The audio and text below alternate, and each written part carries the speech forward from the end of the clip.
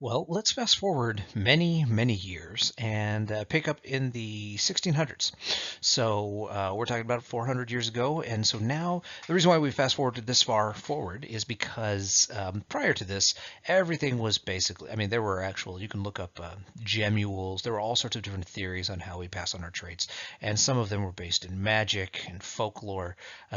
But in the 1600s, we have early microscopists that are using microscopy to actually come up with a somewhat logical, maybe it's not correct, but somewhat logical and therefore somewhat scientific idea of heredity and how we pass on our traits.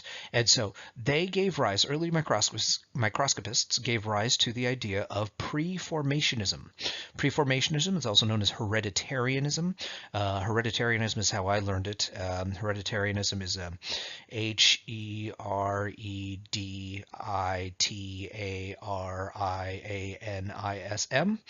Hereditarianism, right? Let's make it like a spelling bee. But basically, hereditarianism or preformationism is the idea that there is a tiny preformed human being in a sperm cell or a sperm cell nucleus or an egg cell nucleus.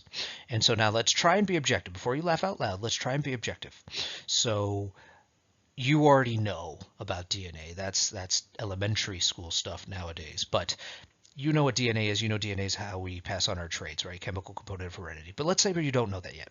So try and keep an open mind so you can understand the logic behind preformationism, because it's actually it's pretty decent logic.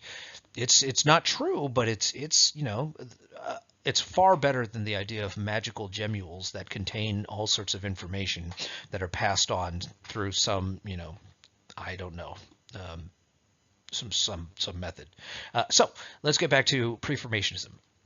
So the idea behind preformationism is, like I said, inside the egg or sperm cell, there existed a tiny miniature adult, a tiny miniature human, which is known as a homunculus. So these homunculi could be either male if they're in the sperm cell, or female if they're in the egg cell.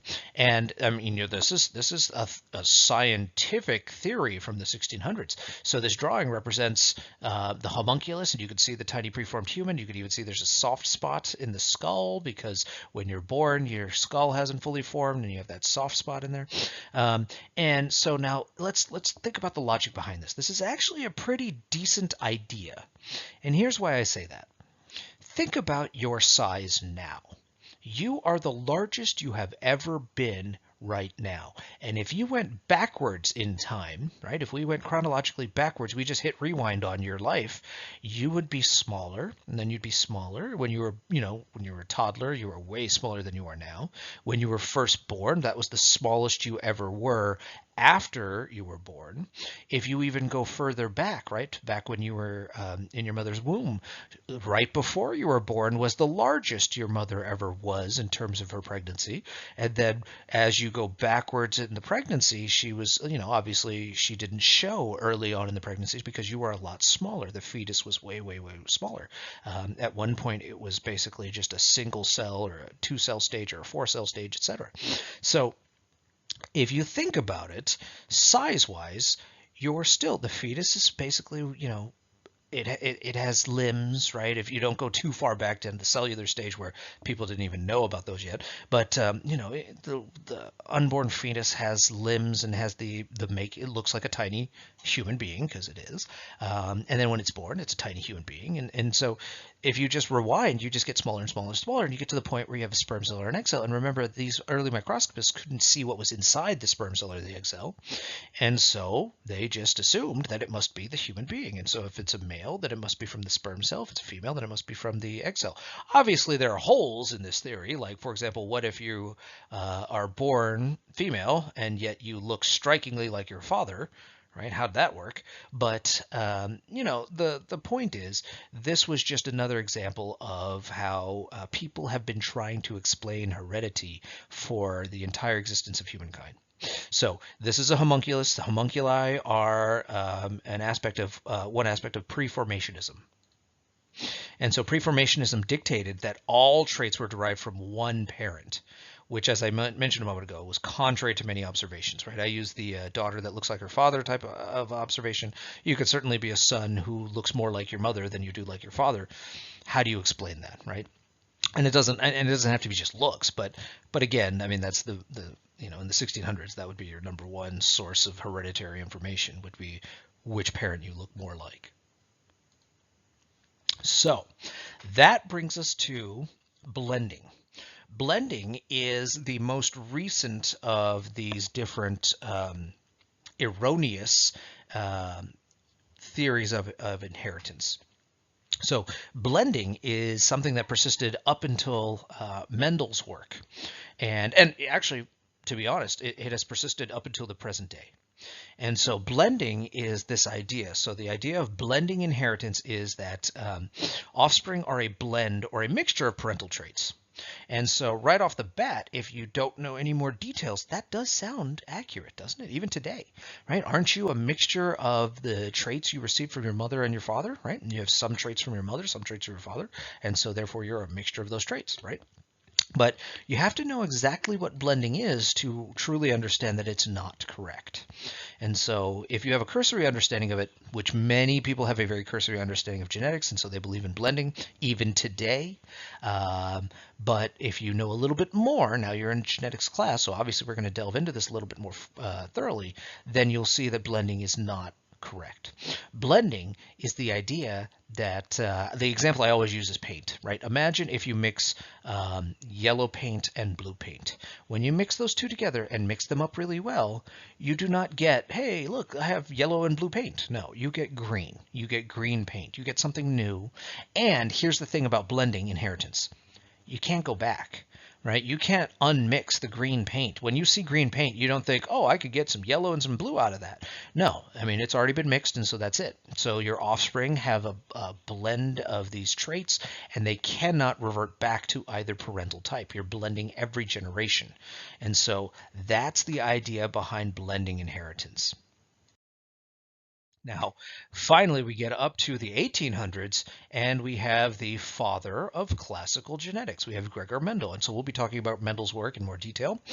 He's the one that introduced us to the concept of dominance and recessive and alleles of genes, etc.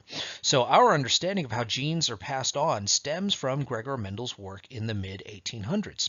In fact, what's interesting, and I'll tell you more about this when we get to the transmission genetics chapter that deals with Gregor Mendel's work, is that he set out in his experiments to actually try to figure out how blending worked. He believed in blending.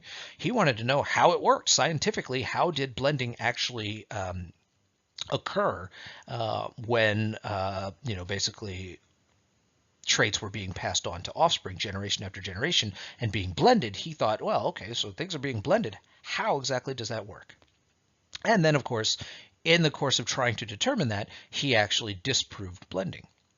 So Mendel's choice to study pea plants was, I'm going to tell you about how this guy was so lucky. So fortuitous, right, would be an understatement.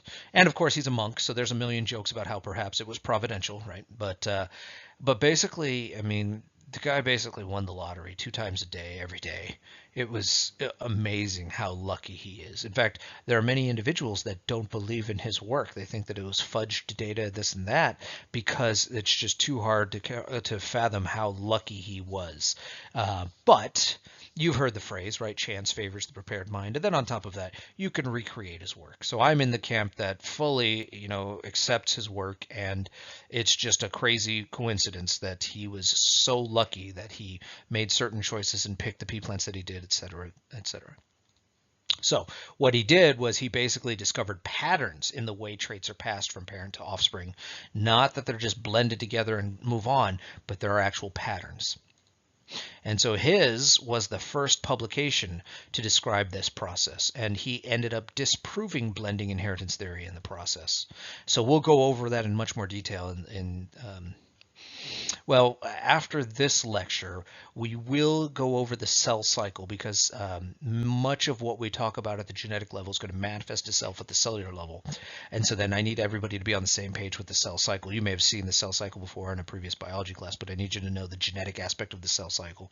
But then right after that, then we'll get into Mendelian genetics, classical genetics. We'll start into transmission genetics. That's where we're going to start the course. We're not going to start at the truly macroscopic level of population genetics. We're going to start at transmission genetics and work our way down through cytogenetics to molecular genetics.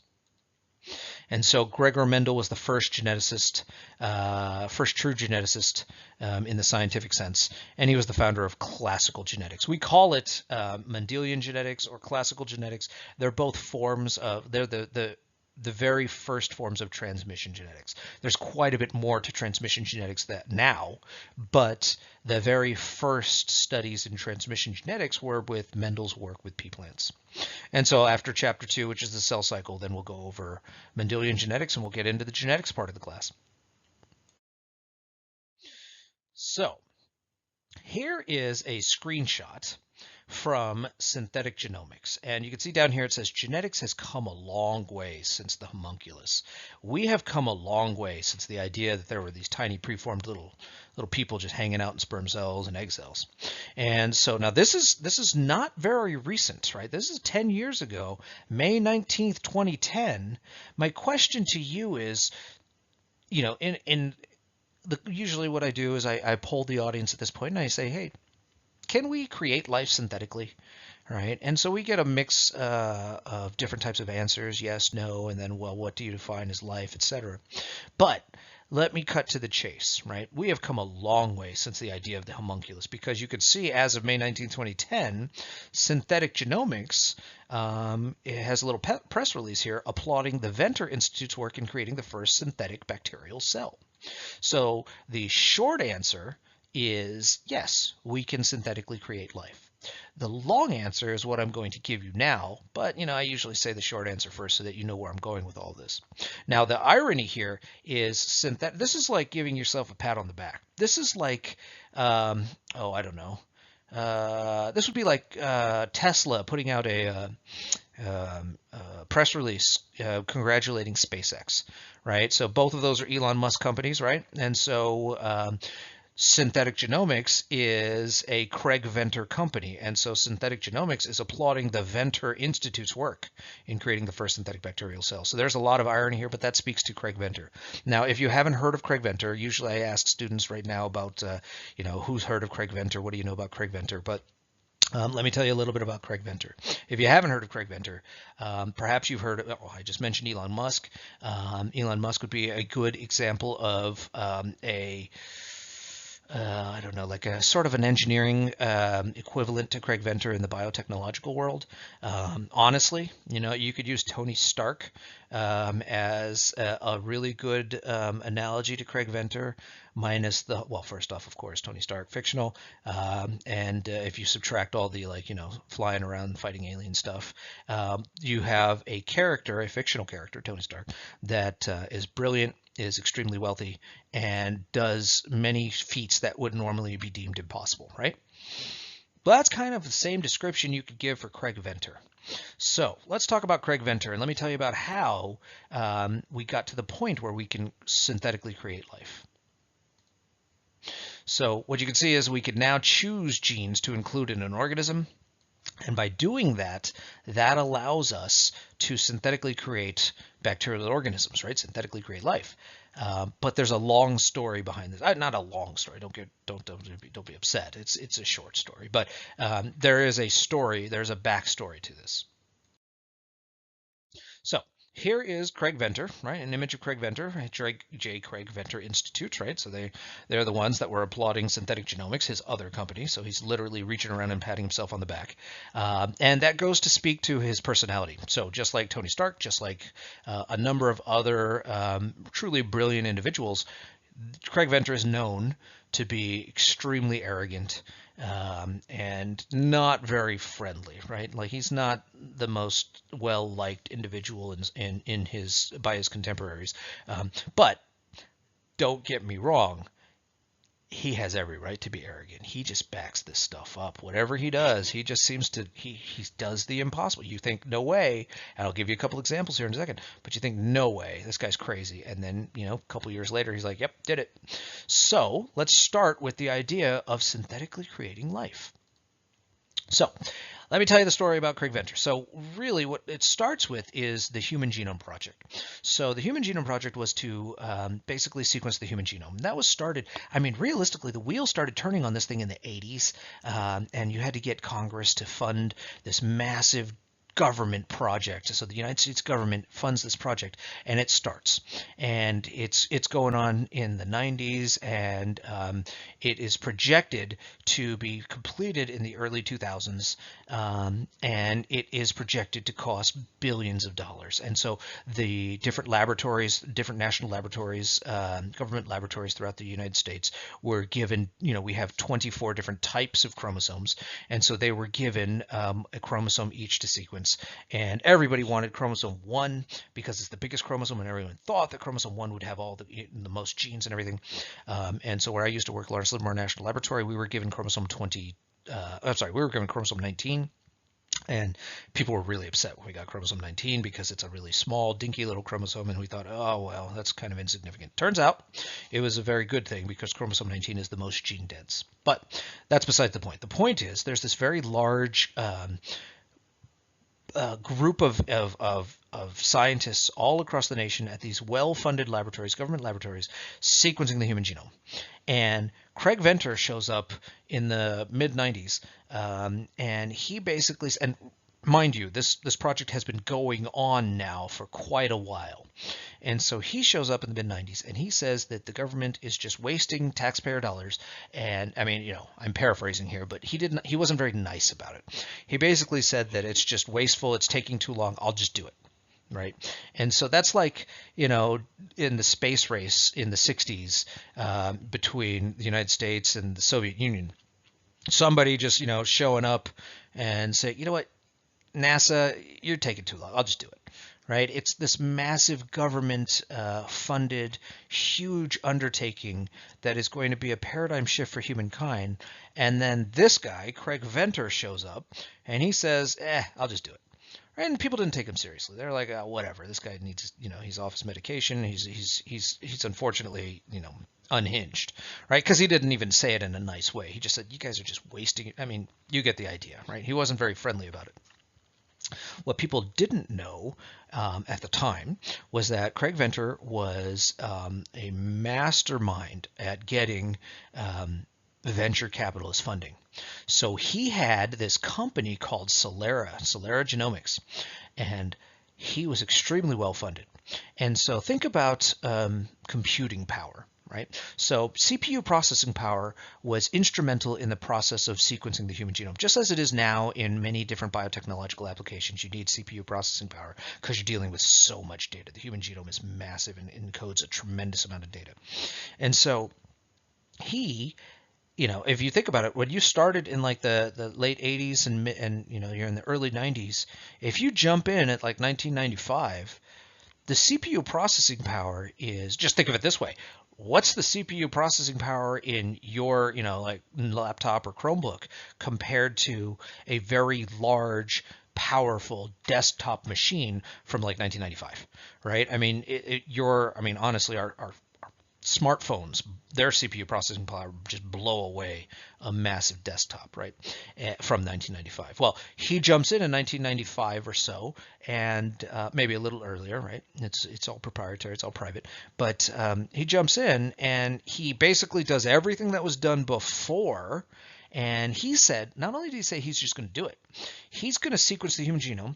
He says he's going to do it, he's going to finish before the Human Genome Project, and he's going to do it for about 1/10 of the cost, right? And so nobody takes him seriously.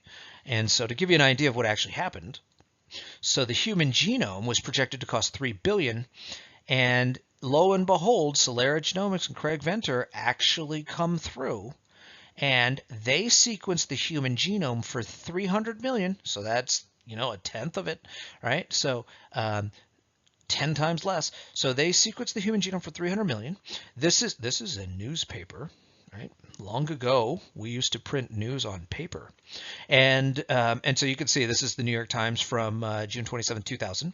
And the genetic code of human life is cracked by scientists, right? This is big news. And so Celera Genomics just beat out the Human Genome Project. But this is a good thing. I mean, like they finished first, they win. But then the Human Genome Project finished shortly thereafter.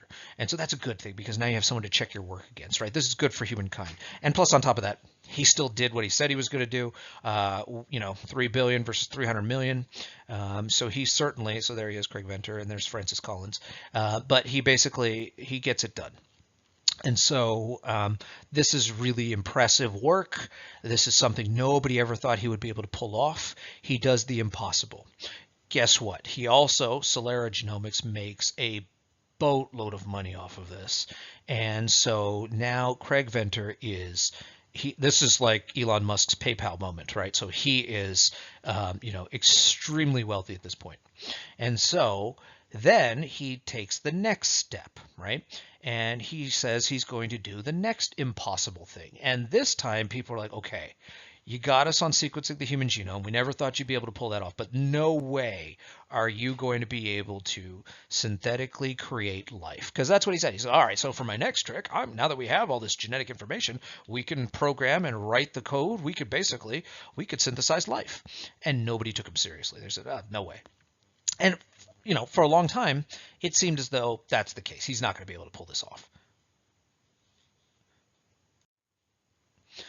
But he decides to kind of disappear for a while, and he then goes sailing across the world, around the world, because now he's super rich, right? He just goes sailing across the world in his mega super ultra yacht, and he called it the Global Ocean Sampling Expedition. So here's what he's doing. If you're going to synthesize life, you need a database of genes to choose from. You need a ton of genes. You need a lot of genes. And the good news is he knows how to sequence genomes. The problem, though, is that we're talking about the early 2000s, right? So you could see here's 2003 and then 2009, 2010. So we're talking about the 2000s. And up until just a few years ago, so, it's 2020 now. So up until I think it was 2017, it was perfectly legal to just go outside, pick a leaf off a tree, sequence the DNA of that organism, and then you could file for a patent on that DNA sequence as if you constructed it.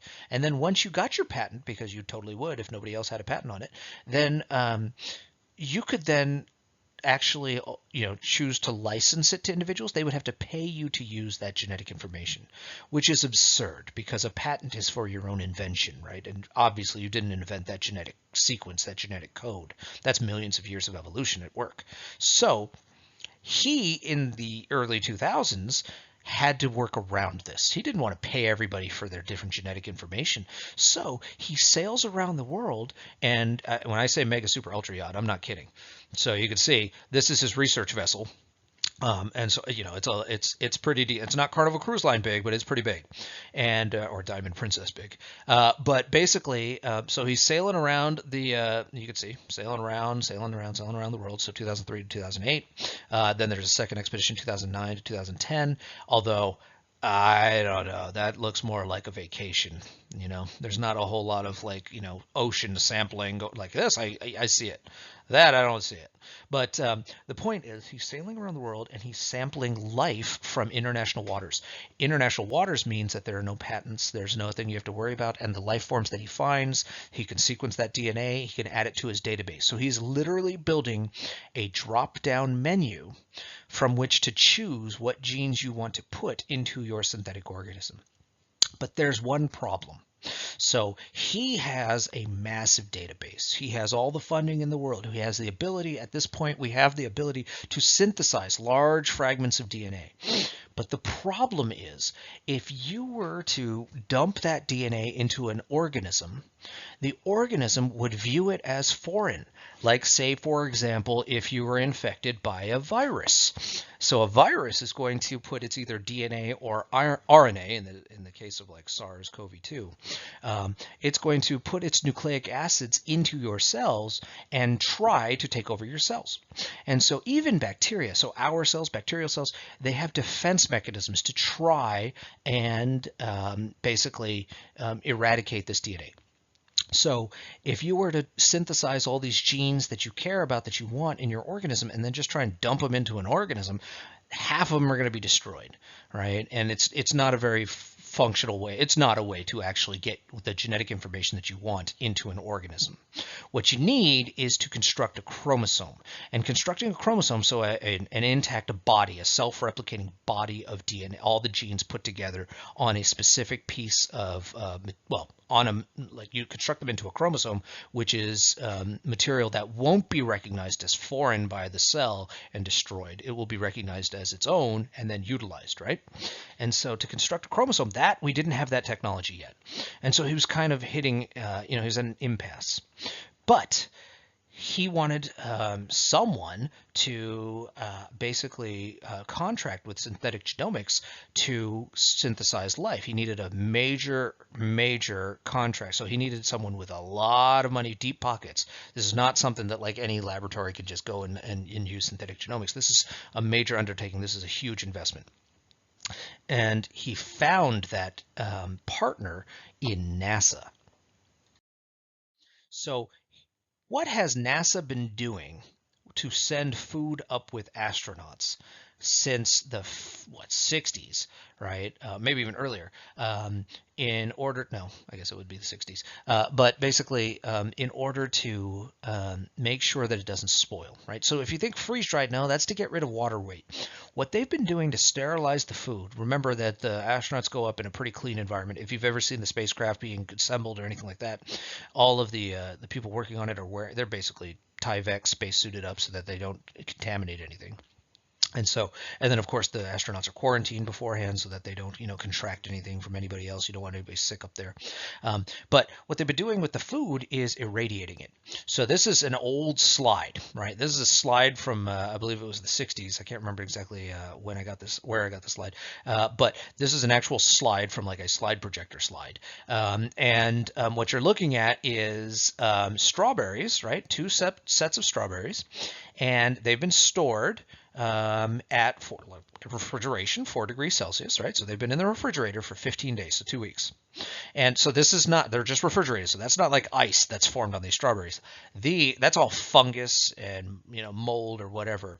And because these strawberries were not sterilized, they were not irradiated. Whereas these strawberries were hit with 0.2 mega. So that means basically mega means million, right? So 0.2, so 200,000 rads of radiation. We're talking gamma radiation. This is high energy radiation. This is tremendous overkill. So radiation is of that level. It's called ionizing radiation. The reason why it's called ionizing radiation is because it blows apart molecules.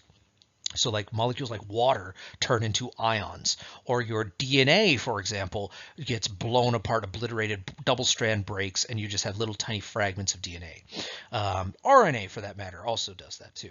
So what you have here are strawberries that are basically, they're sterilized. You can't like plant these and grow a strawberry plant from these anymore.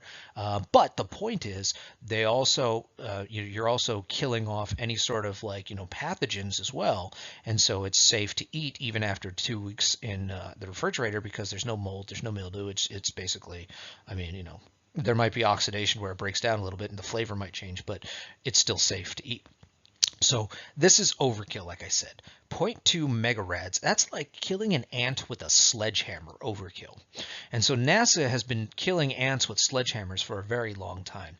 But then what was really interesting was one time they pulled back the sledgehammer and there's this little ant looking back up at them, flipping them off, right? And she's like, ha ha. And so that's how they discovered Deinococcus radiodurans. Deinococcus radiodurans is the world's most radiation resistant organism, and it is utilized today for like bioremediation in highly radioactive environments, like the waters around Fukushima and things like that. But Deinococcus radiodurans is this organism that can withstand double-stranded DNA breaks. And you might be wondering, what on earth am I talking about at this point? Well, remember that Craig Venter and synthetic genomics have, they ran into this roadblock where they had the DNA fragments. They could synthesize the genes they wanted in a living organism. They could put them into cells, but they didn't have a way to construct them into a chromosome. Well, it turns out that Deinococcus radiodurans that NASA scientists discovered, Deinococcus radiodurans is this organism that survives highly ionizing radiation because it has a DNA repair mechanism on steroids. When you blow apart its DNA, it's just like whatever, and puts it back together. And so it doesn't get affected by that. So if you were to dump DNA fragments into Deinococcus radiodurans that hasn't been exposed to radiation, then it's going to see all these DNA fragments. Its normal chromosome is intact, but all these DNA fragments look like they've been blown apart by radiation, and it's just going to go into fix-it mode.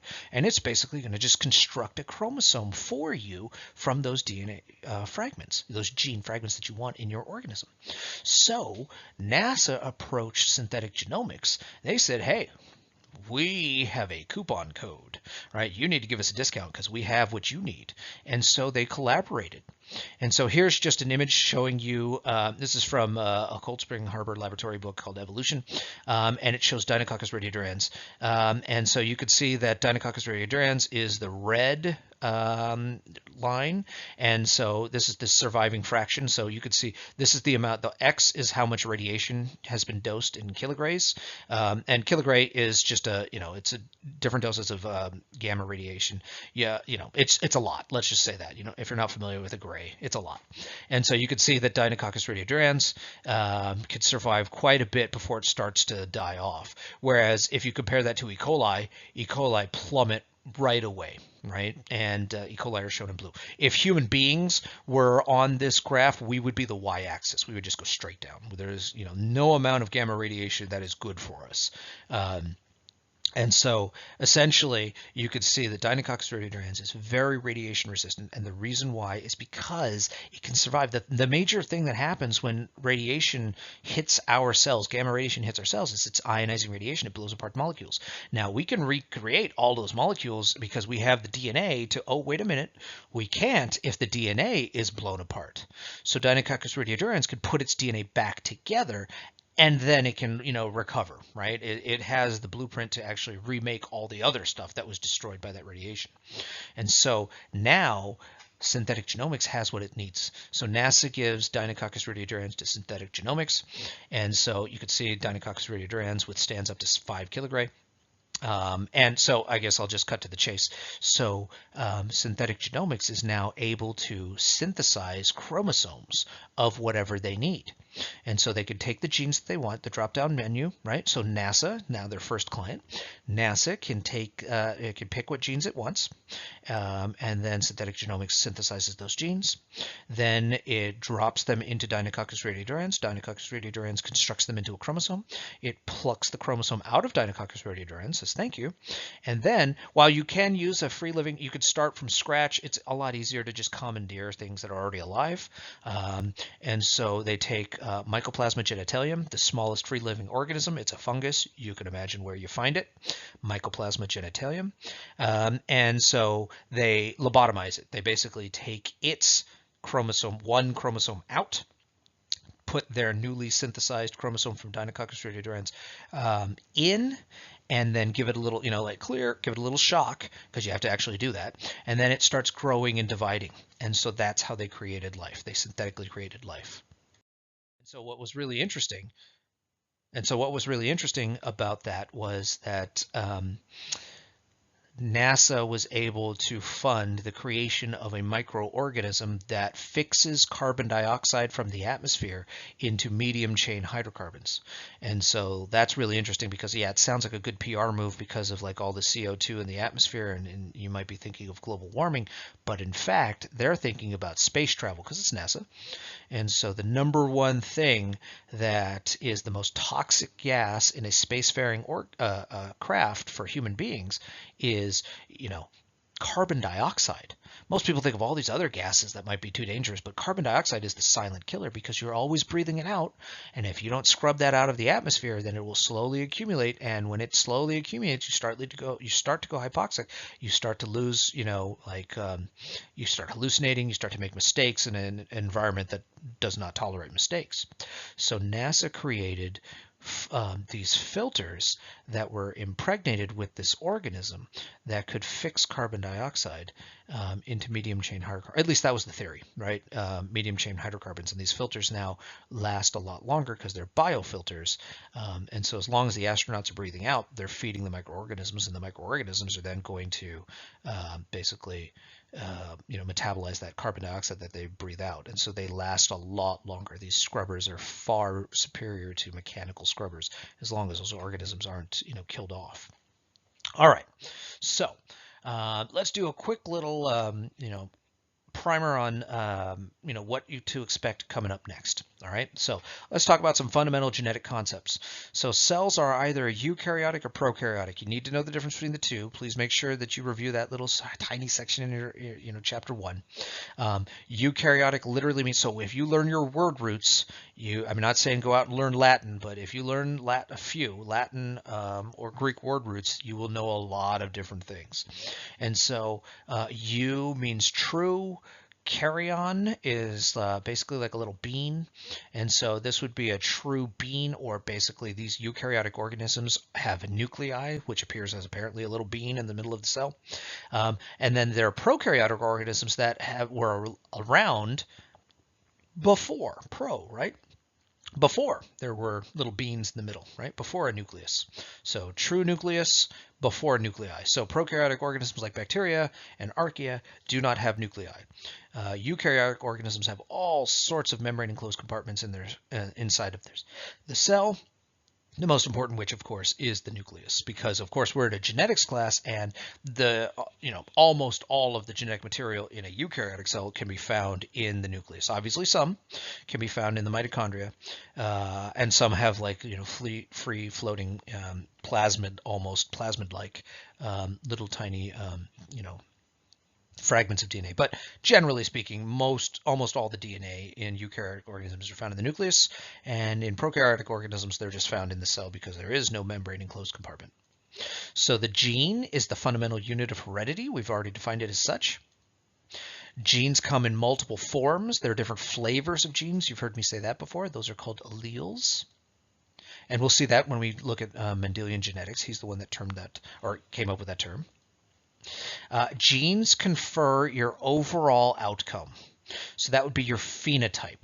What genes you have, your genetic material, would be your genotype. And then your genotype, as well as interactions with the environment, confer your phenotype. And so, like I said, environmental interactions, right? So those are the other factors as well. And so genetic information is carried within the DNA, or the nucleic acids. Nucleic acids are deoxyribonucleic acid and ribonucleic acid. So we'll talk about their roles, right? DNA is basically for information storage. RNA is for mobilizing that information. Both of them are classes of nucleic acids. Genes are located on chromosomes. Chromosomes do not normally exist in this characteristic X shape. This is just the best time to take a picture of them because that's when they're in their most condensed state. Most of the time, they're big, squiggly, gelatinous messes, and it's hard to really see what's going on there. But genes are located on chromosomes. Chromosomes are very long stretches of DNA wrapped around histone proteins in eukaryotic cells, or just long stretches of DNA, and they contain hereditary units, right? Functional units of sequence, and those would be the genes on chromosomes. Bacteria usually have one circular chromosome, and like E. coli have about a 4 million base pair chromosome. Humans, on the other hand, we have 46 chromosomes, right? We have 23 pairs, so that's 46 total. And the number of chromosomes is just a product of evolution. It does not indicate intelligence. It does not indicate, advanced, more or less advanced species or organism. For example, pigeons have 80 chromosomes. So I would like to think that I might have a little bit more intelligence than a pigeon, but you could also make the argument that a pigeon is more advanced than a human being because they have flight and we don't, and flight evolved after. So they're further up the evolutionary tree, I guess. So chromosomes separate through what we're going to go over in the next lecture, the cell cycle and the processes of mitosis and meiosis. And so these are two different processes. They're both known as M phase in the cell cycle. Mitosis is when we clone our cells. So now I said cells, not selves, so cells. So when we clone our cells, like for example, if you slough off skin cells, like if you rub your skin, like take your finger, rub the back of your palm, and you will basically you created some household dust, right? Dead skin cells, little dust mites are going to feed on those skin cells.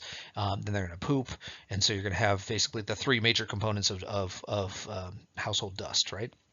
And so to make more skin cells, because we just continuously generate those skin cells, that would be through mitotic cell division. Whereas if you wanted to reproduce, to produce sperm or eggs, which are called gametes, you would need meiotic cell division. So genetic information is also transcribed, right? So to mobilize the genetic information, let's say that we're talking about a eukaryotic cell, all that genetic information is located in the nucleus.